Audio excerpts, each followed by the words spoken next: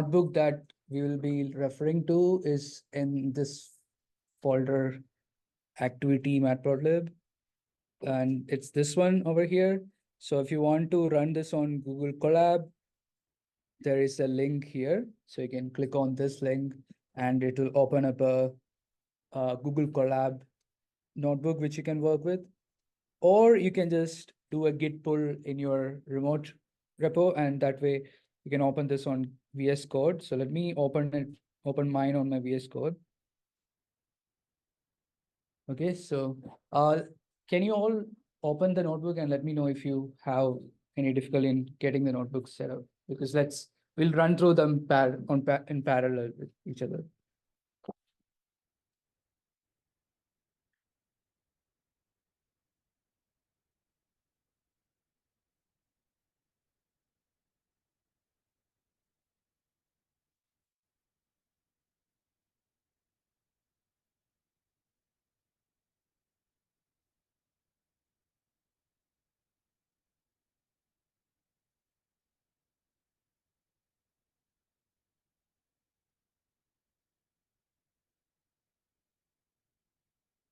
Okay, all good?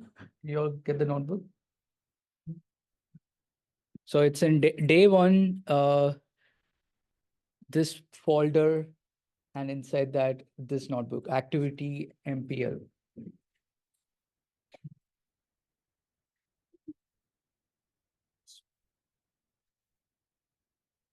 Okay, and you can all see the screen, right? Okay. So this is not a complete tutorial on Matplotlib because that would be stupid, because there is so much about Matplotlib that we cannot discuss. But the whole idea behind this notebook is to get some of the core philosophy of Matplotlib. That way you can like play around to create really pretty plots. As you guys know, Matplotlib is like very widely used in the astronomy community. For example, this image over here, the image of the first ever black hole, first image of a black hole, was actually made in Matplotlib. So this is like a 2D image contour plot of that was made by them. So if you look at the paper by the Event Horizon Telescope, they see that they acknowledge like the use of Matplotlib. So this image is made using Matplotlib. So it's like that popular and that widely used. So the key idea behind a lot of Matplotlib's functions is this idea of changing state. So changing state is like the program is always your programming environment is in a particular state from which it can access certain attributes and certain functions from a certain file. For example, if you want to run this function orbitize.plot.orbitplot from orbitize, before you do import orbitize, if you try to run it, you'll run into an error. So why? Because you have to tell the programming environment that you're changing the state such that you're in a new state where the program can access the function in orbitize. So you're doing import orbitize, the state of this system changes in such a way that it can access this particular function. In Matplotlib, similarly, a lot of cases when you are running Matplotlib functions, it's modifying the state of the programming environment such that it goes to a different state. For example, you will see this a lot. This is matplotlib.rc params. This is one of the most useful things that you can have. So this has a lot of interesting parameters inside it, which you can tweak and play around. And whenever you are updating using this update function, so when you do matplotlib rcparams.update, you are updating different parts of your figure and making it look better. So, and every time you do that, you're changing the state of the system. So, yeah. Well, that's a lot of words. So let's just go right into it. Import matplotlib.pyplot.plt. So I'm also getting RC params because we will also explore that a bit. So let's go ahead and run this. And now let's see what RC params is. So this is a dictionary of various parameters that have some default values assigned to it. For example, let's see some of these default values. Look at this. So font size is 10. Font serif. So these are different fonts in the serif family. This is the default font size. So these are all default values. These are all various parameters that are defined by default when you call matplotlib. Okay. So yeah, we'll see how to change these things. So that's what RC params is. Um, Now a basic unit of a matplotlib consists of a figure. I kind of replicated, I just copied these two plots just to make this clear that the whole thing, the whole box border here, that is the figure object. That is where your plots would be there. Inside the figure objects is where you can have axis. So these two blue squares, they are the axis objects, and that's where you can put your plots. So you can have n number of axis objects inside the figure object. So you will be playing around with the axis object and figure object to modify. For example, if I want to compare two different figures side by side, you can create two axes in one figure, and then in one axis you can have one plot, on the other axis you can have another plot for comparison. So that is where you will use axis a lot to create subplots. Okay. This is another useful thing that I found online from Matplotlib's FAQ page. So this is like an anatomy of a figure. Oftentimes you will encounter problems where you want to change a particular instance of a figure, but you don't know what it's called. For example, I didn't know what a spine was until very recently. So spine is basically these borders that you see. So that if you want to change that, you have to do ax.spines. So ax here is the axis. So we are talking about this axis. And if you want to change any of the things mentioned here, you have to call that particular function. For example, ax.grid will create a grid for you. ax.setYlabel will set a Y label for you, and so on. So yeah, this is very useful. Just, you can always refer to this. Okay. So, okay, this is a little too large. So let me just go back. Okay. So let's start with a simple figure. I think this is probably how most of you make a plot. Just do plt.figure. When you do plt.figure, what happens here is that this fig is now a figure object. So if you print type fig, like here, so it says it's an object of the class matplotlib.figure.figure. So it's an object of the figure. It's an object of the figure class. A couple of things that I've printed here is like the title. It says the default font size is RC params font size. So this is the default for font size, which you already saw before, that it's 10. And then I also added a text here to just show what the default font is, sans serif. So sans serif is the default font. In my opinion, I don't really like this font a lot because like it's kind of boring. It's like the default font that you get when you do a matplotlib plot, right? You'll see how to change this. So just wanted to show you guys what the default parameters are in matplotlib. Okay, so now here I'm going to create axis and a figure object. So this plt.figure will only create the figure object, but if you want to create axis, you have to use plt.subplots. So you can define number of rows and number of columns here. So here I'm creating a 2x2 axis. So this gives you 4 axes: axis 1, axis 2, axis 3, axis 4. So yeah, this is what you get here. So okay, here is a small question for you guys. So what do you think would be the output for these two? So axis is what you get from plt.subplots. So when I do print type axis and I do print type axis 0, 0, what do you think would be the output for each of them? Are they going to be the same? No? Can anyone tell me what the difference is? Yeah. I think axes, the flow one's going to be a list of the different axes. Yeah. So you think the type for axis would be a list or a numpy array, and then axis 0, 0 would be the axis object. So let's run this and see. And you're right. So this is a numpy array, whereas this over here is the axis object. So if you want to access the axis object, you have to take this axis, which is a numpy array, and access the element in it. So it's like axis 0, 0. So axis 0, 0 is this one, then 0, 1, 0, 1, 0, and 1, 1. Okay, so that's figure and axis. I hope that's clear. Then another useful thing that I like is plt.style. This is couple of default styles that Matplotlib has.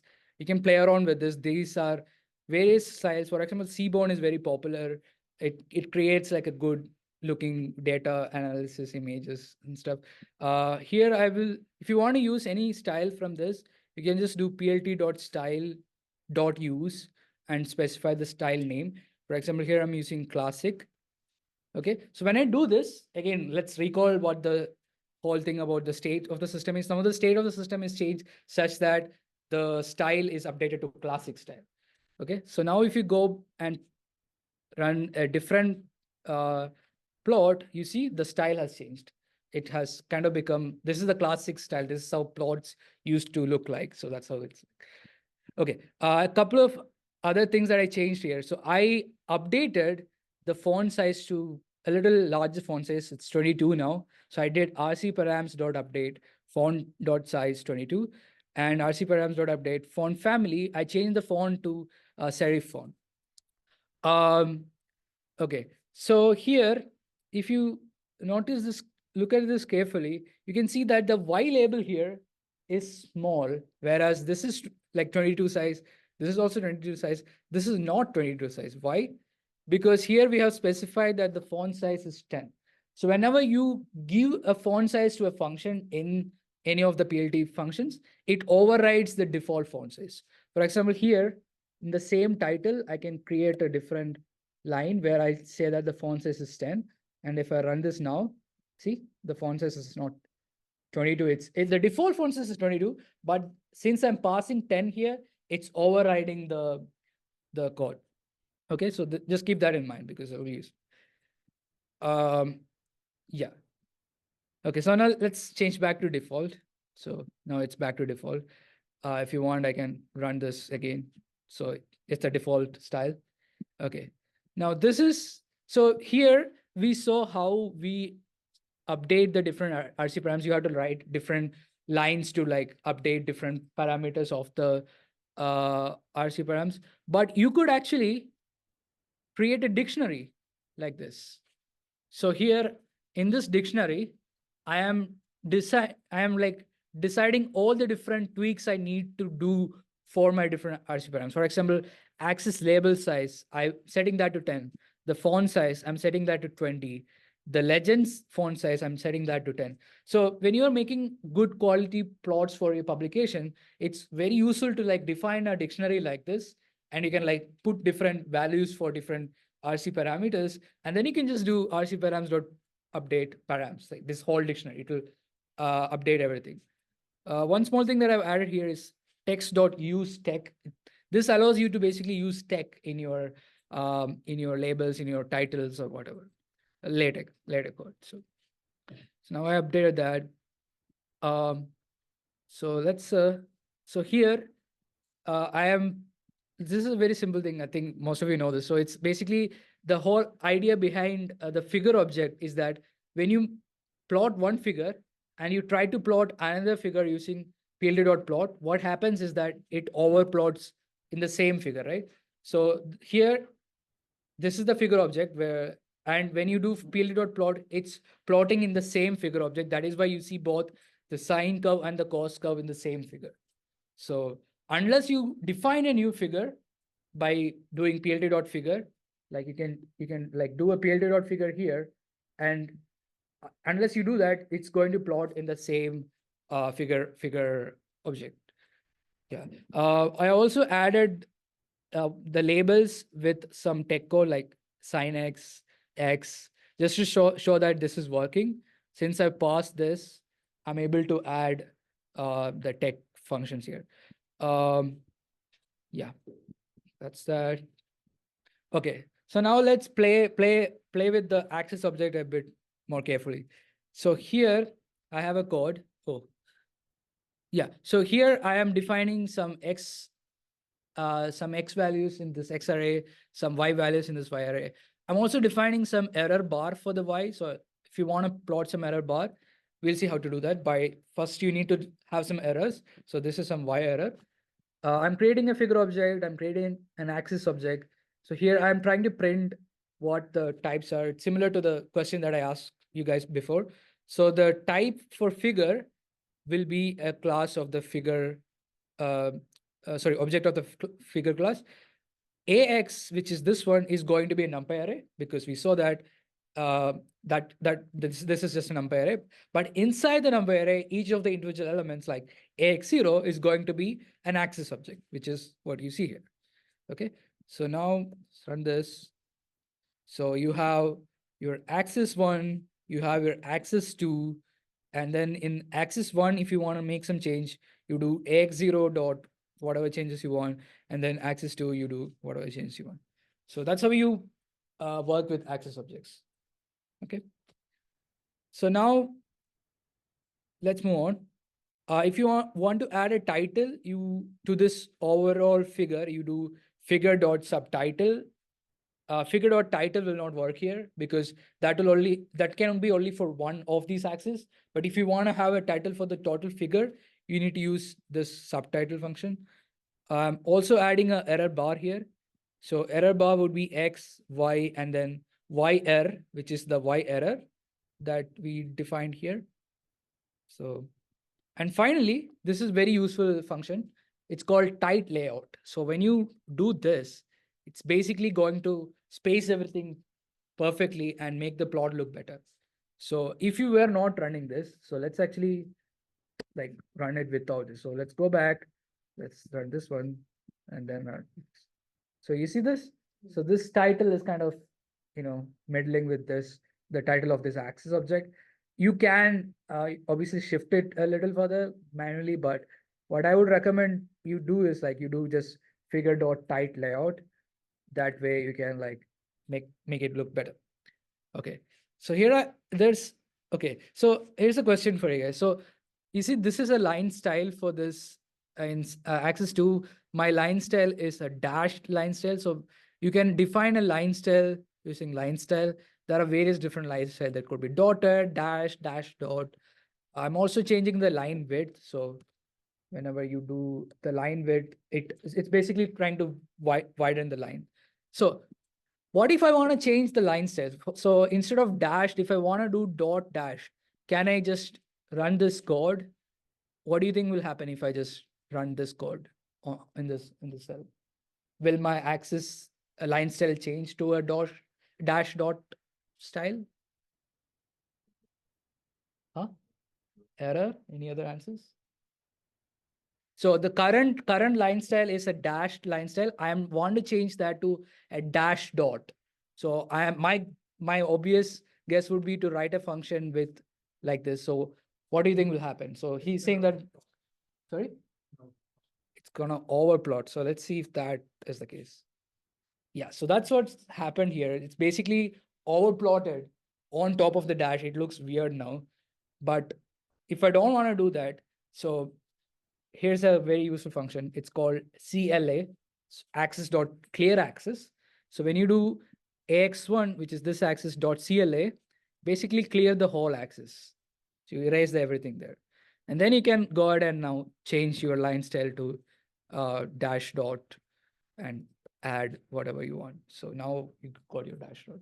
Because this is again the concept of states, because like this, whenever you do this, it's only affecting that particular axis. It's not going to create a new axis because it's still referring to that particular axis.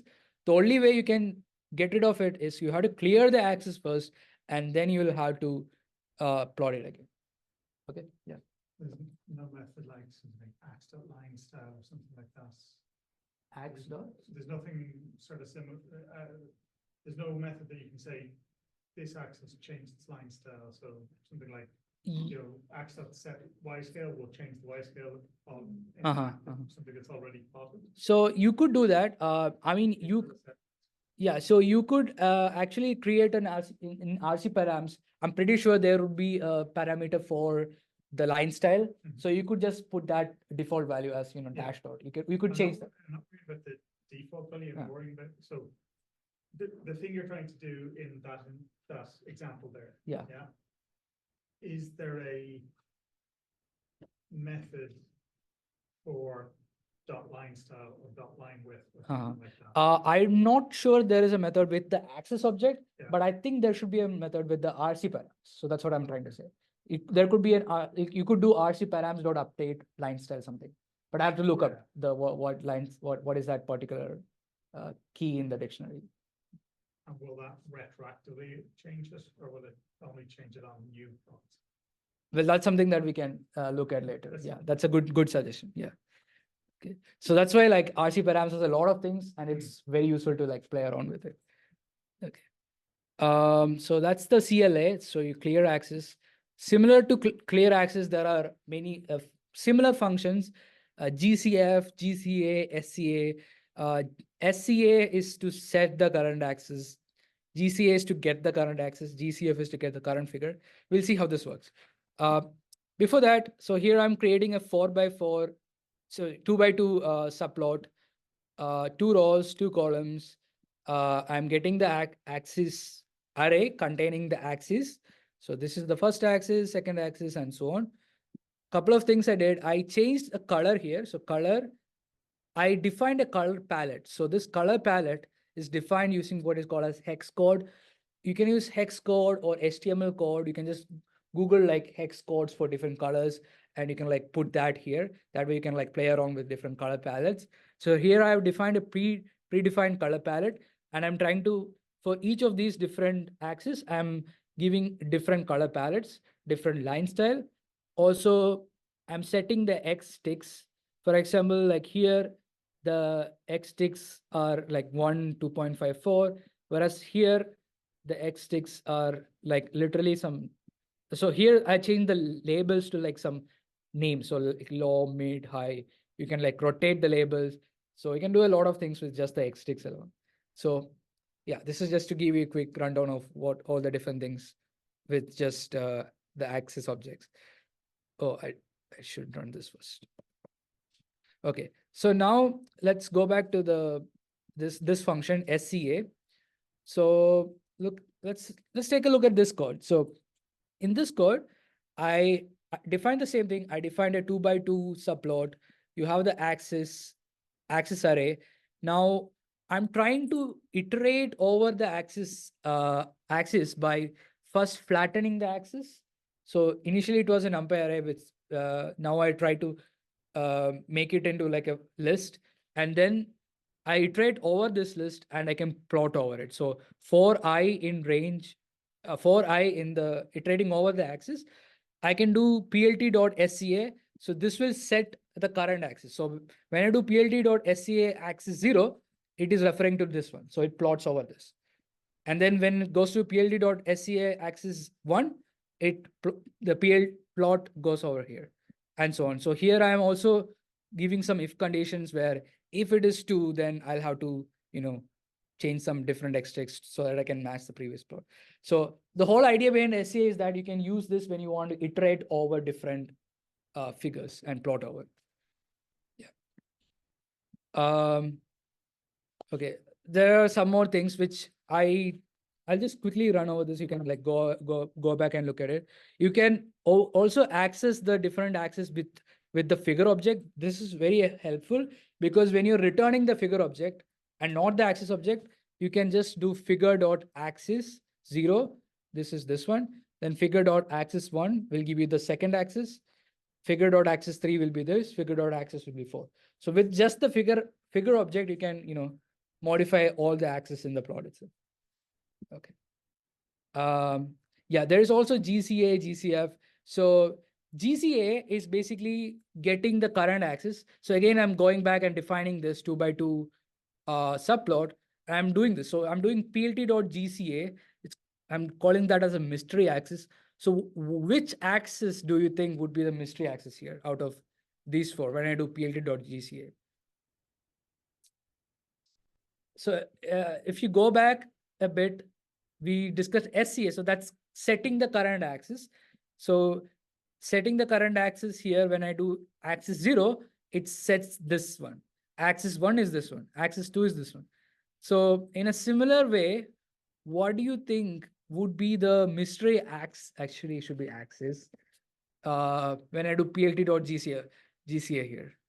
Any guess? So it could be one of these, right? It can't be all of them because it could be one axis. So which one do you think? First one, okay. Let's try. I have to now change this. Okay. Well, it's the last one. Why? Because when you created this subplot, the last active axis was this one. So it goes in an order. It creates, this is the first axis, second axis, third axis, fourth. So this was the last active axis. So when you call GCA, it's calling the last active axis, and that is this one. Similarly, GCF will get you the last active figure. So you can use this to get the whole figure instead of just the axis. So that's everything I wanted to cover in Matplotlib. There is also 2D, you can visualize 2D arrays in Matplotlib. So you can use pl2.im show. You will, if you want to like plot images of like any astronomical object, like you can use this to see how it looks like. So here I have some data inside this text file. So let's see what this is by just plotting that particular data here. Oh, you can first take a look at this data. So if you go to data, go to this text file, let's see what it has. Okay, so it's a bunch of numbers, right? It's a bunch of numbers, but when you call it using numpy.loadtext, it's taking that as a numpy array. So take that as a numpy array, and then you plot image show, and you get the Codastro logo. So it's basically this text file is just how the Codastro logo would look like in the text file format. You can modify this. So here I have a, so here you can change the color map. So like you can modify the color map to whatever color map you want. You can look up different color maps. So here I've chosen grays. So this way it will convert into a grayscale. There are also other color maps. So here, this is a particular color map that we have chosen. We are eliminating the X text, Y text, also doing some tight layout. Now let's see how it looks. So this is the Codastro logo. This is how it was made. So it's just this particular color map, and you just apply that to this. Okay. So yeah, that's about everything that I wanted to cover. I have two activities here. Oh, before that, some general tips. So don't over engineer your plotting code. This is a very useful advice. So when you're writing a function, when you go ahead and write plotting functions for your package, do not like do a lot of tweaking within the function. Like do not go ahead like go and change the color line cell. No, you can just return the figure and axis object so that the user can take the figure and axis object and change by themselves.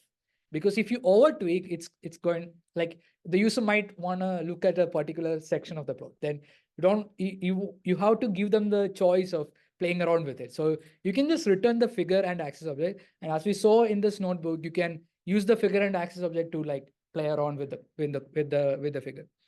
Apply principles of good design. So make sure you use color palettes like you saw before. Make sure your fonts are large. You saw how to change the fonts. You saw how to change the font size. You can also you should make your plots more colorblind friendly. So there are some good color blindness simulators out there. You can look at that and see what kind of color hex codes you need to use for colorblind friendly plots. So yeah. Also differentiate between different plot elements using different line style. Make sure different elements in your plot are in different line style like dashed, solid, and so on. Okay. So in this first activity, you'll be using the orbitize, one of the orbitize function. It's called let's see, it's called my driver. So it's orbitize dot driver. So you're running something here and you're getting that as my driver, and then you're plotting some result here. So it's my results dot plot orbits. Okay, so this will return you a figure object. So that's the first thing. So the last line of this snippet is returning you a figure object to make this plot. So these are some tasks for you. So let's first run this cell and see what plot you get. So again, this is a plot from the orbitize code. So you need to have orbitize installed for this to run. Just to be clear.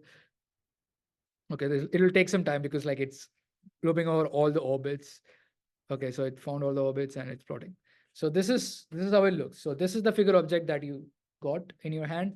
So you can see there are three axes, right? Axis 1, axis 2, axis 3, and this is the overall figure object. Your task would be to change the x-axis limit of the top right panel, which is this one, to 2011 to 2015, because you want to zoom into these red points. So you have to zoom in. So again, hint is that you are getting the figure object here. As you have seen previously, I've showed you how to play around with the figure objects to tweak the axis. So you can use that to do it. Add a colored star at 0,0. So you can look up how to do this. You can look up how to add a star figure, a star object in a figure, and that way you can add it to this panel here. Change the dots per inch. So dots per inch is like a resolution. It's always good to set around 250. Too less is low resolution file. It's not good. Too high is also not that advised. So yeah, 250 is a good amount.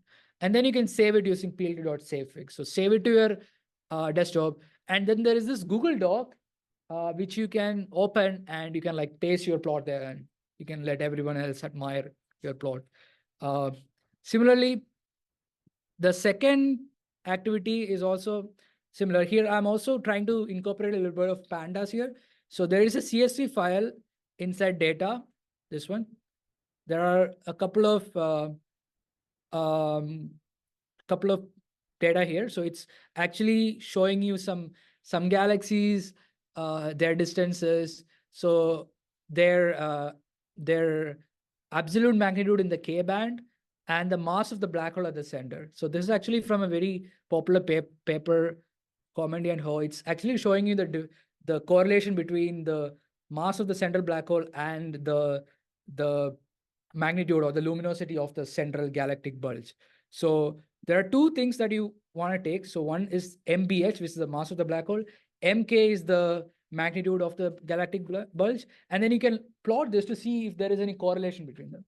So you can do that plot, and then you can just follow through the stars. Like you can change the y-axis. You can add some error bars because I've also given you some errors for the y value. So you can add that. And then you can also, on top of that, you can put this like least square fit from the same paper. So the least square fit has some bounds. So you can fill that bounds using fill between. It should look something like this figure in figure 17 in this paper. So you can go ahead and check this. Try to like, like play around with this and try to replicate that particular figure. And you can paste that in the same Google Doc once you're done. So these are the two activities. I'll leave you to work on it. And finally, yeah, the Matplotlib is so useful because you can't see your data without Matplotlib. So yeah, that's all. So yeah.